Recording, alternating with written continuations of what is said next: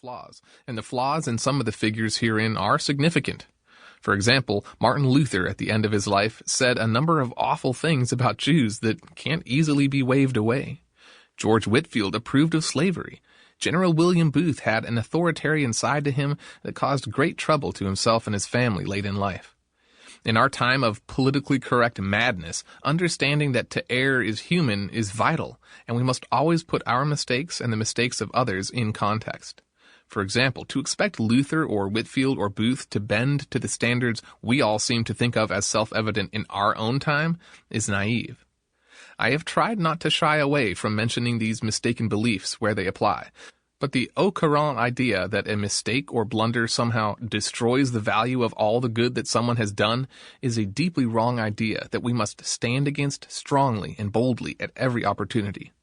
Of course, it is disturbing to think that men we might otherwise consider moral giants and heroes, like Washington and Whitefield, were somehow still able to countenance slavery.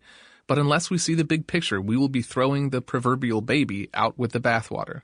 In other words, lives are at stake in our failure to take a broad view.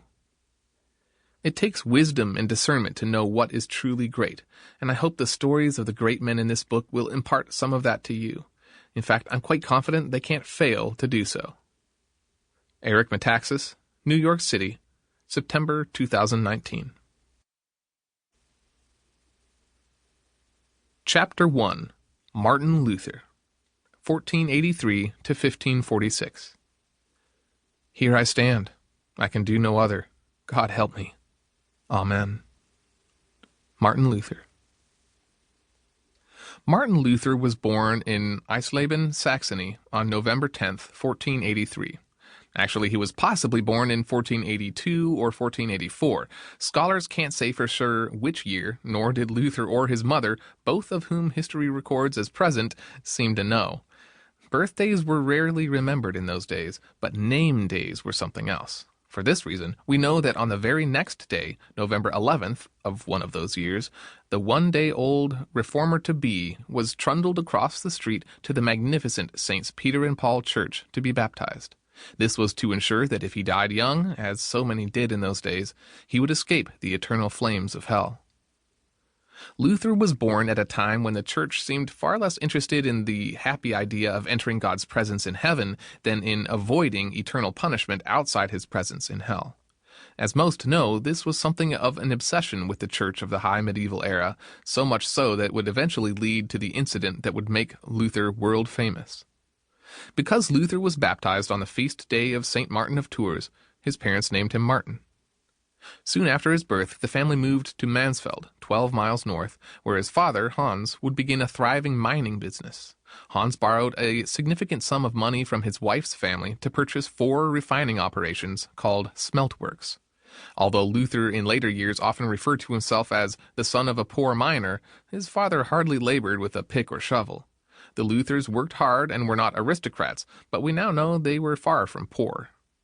In fact, just 20 years ago, an archaeological dig discovered that the historic home in Mansfeld, to which visitors have been pointed for centuries, was only 1/3 of a much larger home in which Luther grew up. A second dig discovered the food, toys, and silverware from their time there, all of which indicated a family of considerable means. We also know the brilliant boy was sent to the very best schools of that time so he could learn Latin and prepare for university, for it was his father's ambition that he should one day study law and then come back to work in the family business. While away at these boarding schools, young Martin encountered many people who were deeply serious about following God, and there can be no doubt that this affected him. Although his father's plan for him was clear, Luther sometimes wondered whether God might be leading him in another direction. After all, if the picture of hell that the Church so often and so vividly presented was real, what could be more important than doing everything to avoid that everlasting nightmare? It was generally thought at that time that the only certain way to be assured of salvation was by devoting one's whole life to God, by becoming a priest or a monk or a nun. But because his father had other plans for him, and because the Bible commands us to honor our father and mother unconditionally, Martin knew he must continue toward studying the law.